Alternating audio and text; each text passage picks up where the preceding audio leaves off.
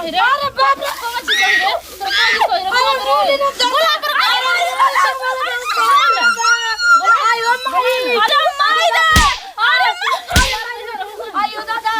गर्दनिया सब देले मेरे अरे बाप रे बाप अरे गर्दनिया तो बुझाता कि दो के अरे छोड़ दे भैया अरे भैया आयो अरे बाप रे बाप क्या बोल रे भाई भाई क्या भूता के गला चापत इनकर अरे बाप रे बाप कैसे कहल जाला कि नांगा से गांगा हरली हे हनी के हाल बा बताओ टोला महाला के नइखे जान गल कि उनकर पतो ही लड़ाकिन बिया जेने जाता नहीं खाली हमरे घर के शिकायत जेने जाता नहीं हो गई पेट भर गल तोरो पिटा गली तो कभी यादव काट देला सिया देखता कितना खून बहता बे आ ये पछिया अरे उ मुंह कोहड़ा नियर ले ले ना उ तो एकदम नागिन फैल बिया सच में कहतनी अरे जौन खाइल रहे न ओकरो के ऐसन पतो ही ना मिले पहले कहनी कि नहीं रे छछुंदर बिया के शादी मत कर तो कह दे कि गोर बिया करिया पतो ही ना चाहिए का गोर बिया के घर में औद मचा के रख ले बिया मार मार के एकदम से बाप रे बाप का करबू अरे खाली चंदना नतिया में ना गलती बाटे नतिया झूठ सच बोल के पैसा दियावा के आ बियाह करवलत ओके का जरूरत है उना जलस के लइकी हैसन बियाह हैं ये कहला कि इतना मोट बिया त उनको निक नहीं के लगा साड़ी पहने दे दो लगा दिया कि डराम ये हो गने हम का करी बताओ तोनी से एकदम हाइल का लोग बने हम का करी जाके मर जाई आ कि घरे में छोड़ दी हमेशा खातिर बहुत या ना कि तोर माई मर जा कि इतना बोले ले कितना बाजल ओकरा माई मर जाओ रे ओकरा माई मर जाओ कि ई तरसत रहो तर रानी रे काहे मुआई रे हमरा के एकरी भतार के कमी नहीं खाता नी रे हैं हम अपनी भतार का भी कमी नहीं खाता नी हैं काहे मुआई वो देखी तोरी माई के कोई देखिए खाना में जहर डाल के ना दे दे अरे ओए हो राम जी तब तो ओकरा के ओकरी हाथ के खानाओ खाए जोगे नहीं के हे भगवान ई तो पहले ही भला हमरा के जानकारी मिल गइल अब तो देबो करी हमरा के रसमलाइयो तो करी हाथ के ना खाई कौन ठीक बरे ए मुंह लेला सुतुर मुर्ग नियर हमरा के मुंह देई तोर माई तोरी बाबूजी के छोड़ के कोई कोई गो लइकन सब बोले ले बतिया ओकरे माई रखले होई उहे ओंगने करत से तबे ओंगने जानतिया ना हम ओंगने करे नी ना जाने नी हमरा के कहतिया हमरा में लग जाई उ चाहे ओकर माई तू आदमी संदी तो अकेले भी उठा के पटक देती हमरा के तू का जात रे ओकर लगे बार बार कितना भौजी हई भौजी घेवड़ा भौजी हई कहबो मत करियो ओकरा के भौजी जो खाना चुप रह ले बनी खा ले तोहला खाना हमरा के खाए दे तरुजा तोहला त ई हो गल बेटे कि कैसे बुढ़िया के मुआ देई तू हो चाहे ऊ होखो तू तो मुंह बंद करके नहीं खू रह अच्छा रह ओकरा से हम पूछा तनी कि मने उ माने कि ना माने उ का चाहतिया हैं का उ चाहतिया उ रही कि ना रही तनी ओकरा से हमहू एक बार फैसला कइए लेई देखी त उ एकदम बेहाया बनले बिया हाय रे दादा कितना खुश बानी ये बार तो ना खा लियानी हम पनीर का सब्जी तो फिर हमर नाम बदल दे मोटके भैंसिया जब देख तब बाजत रहती है एकर मगते दो आदमी के संती तो बिया भैंसा लेखा पता नहीं एकर बाप मदरी का खियौले हवे हमके लगल कि कुछ कौन चौकी कई आटा खा ले हमके लागेला कि बक्सर वाला खा ले वही से अब ना तो घर से बाहर निकलवा दे ना भौजी हमार आइल बड़ सबत बन के लगता कि हम सोती होगा ना बाजल करती है दिन रात पर घर से बाहर निकलवा दे ना तो इतना हम खुश रह चलो तनी माई गई है मारे खातिर आज खूब बढ़िया से आराम से एक थरिया खाना ले ले तनी और जब खाइल करब हंसल करब देखल करब चली देखी हो जुकी से तमाशा तोर मुश्किल कइले बैसे राड़ी अब देखि जात रे पर माई के बुला के ले तोरा माइयो के बरला सार के मारो जे तोर बुला के ले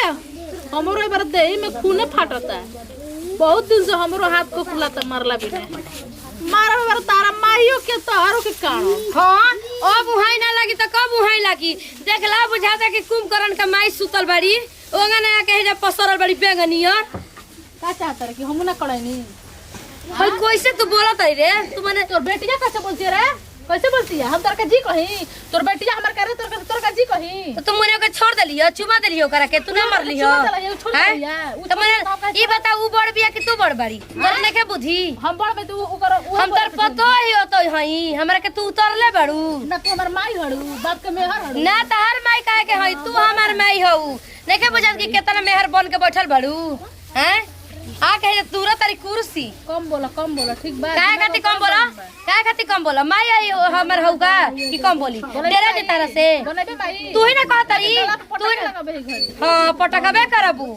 सासो के सास हो गइल बड़ू तो बुझाता कि पूरा भर गांव में कमाई हौ ना तू हमर भाता बाप रे बुझाता बा कि पूरा भर गांव के माई हौ बुझात नहीं खे मेहर बन गइल बड़ी सबकर मेहर बन के बैठल बड़ी ला शाम तो हलै नहीं खे ला शर्म घोर के पिगल बड़ी अरे बाप एकदम सने खा के भैंसा भइल बिया रे दादा पूरा बुझाता कि भर गांव के खा के भैंसा भइल बिया मोइला अनाज एकदम सने तू का के धइले बिया ई बाप रे कावन जी माने कावन माई कहले भौजाई कहले सोहनी और कोची सही रे और कोची तरह का सही रे अरे बाप रे कोची सही रे अरे बोला कर आयो माई अरे माई रे आयो दादा गर्दनिया सब देले मेरे अरे बाप रे बाप अरे गर्दनिया तो बुझाता कि दो के अरे छोड़ दे भैया अरे भैया आया अरे का बोल रे माई का बोल भूता के गला चापता इनकर अरे माई भूत भूत ठीक पड़ी ना रे अरे भैया माई नहीं के बोला तो और कुछ करो जल्दी माई रे माई काहे छोड़ना ना पड़िया आज मर गला ये माई हमरा का फायदा बोले दिया घुमा दोगे